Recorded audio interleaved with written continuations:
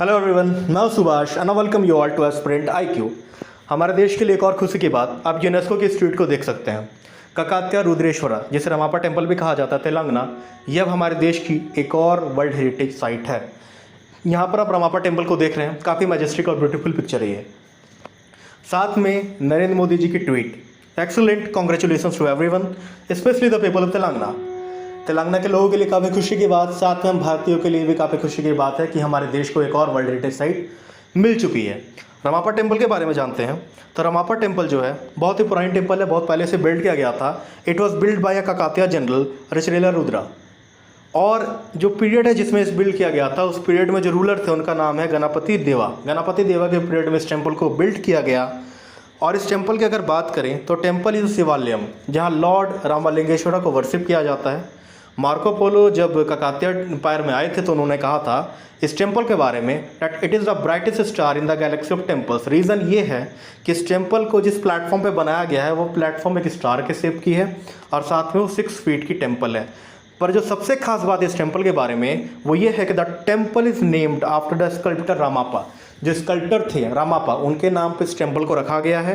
और परहैप्स ये भारत की एकमात्र ऐसी टेम्पल है जिसे उसके क्राफ्ट्समैन के नाम पे रखा गया है। जिस क्राफ्ट्समैन ने उस टेम्पल को बनाया उसी के नाम पे इस टेम्पल को रख दिया गया।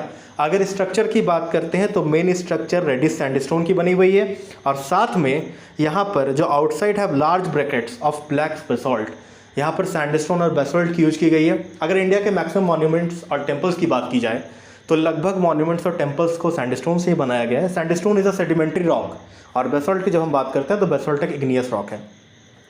अब हर एक आर्ट की कुछ ना कुछ खास बात होती है।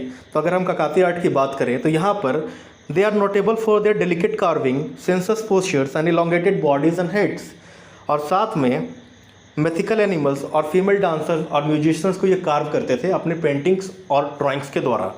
यहाँ पर आप देख रहे होंगे कि यहाँ पर म्यूजिशियंस को और डांसर्स को कार्व किया गया। तो very beautiful and very majestic paintings and drawings and carvings also. अगर हम यूनेस्को वर्ल्ड हेरिटेज साइट की बात करें, very important for us from examination point of view, तो हमारे देश में टोटल 39 वर्ल्ड हेरिटेज साइट्स हैं, जिसमें कि 31 are cultural, 7 are natural and 1 is mixed. Meaning of mixed, meeting both cultural and natural criteria. तो टोटल 39 है हमारे पास, जिसमें कि हमारे पास टोटल वर्ल्ड की 6, अगर हम टोटल लेंथ में अगर नापें टोटल कितना number of world heritage site सभी के पास है तो हम 6ठे नंबर पर लाई करते हैं। अगर आप इंडिया की बात करें तो इंडिया में सबसे ज़्यादा वर्ल्ड हेरिटेज साइट महाराष्ट्र के पास है। That is Maharashtra have in total 6 world heritage sites. Maharashtra के पास 6 वर्ल्ड हेरिटेज साइट है। इन झारखंड पॉइंट ऑफ व्यू हमारे पास झारखंड में अभी एक भी वर्ल्ड हेरिटेज साइट नहीं है।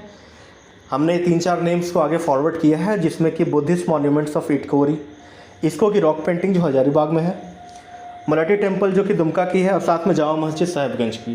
पर अभी तक इन किसी भी मॉन्यूमेंट्स एंड प्लेसेस को वर्ल्ड हेरिटेज साइट की दर्जा नहीं दिया गया है। उम्मीद करता हूँ आगे मिल जरूर जाएगा। Please do like, share and subscribe. Thanks for watching team aspirant IQ.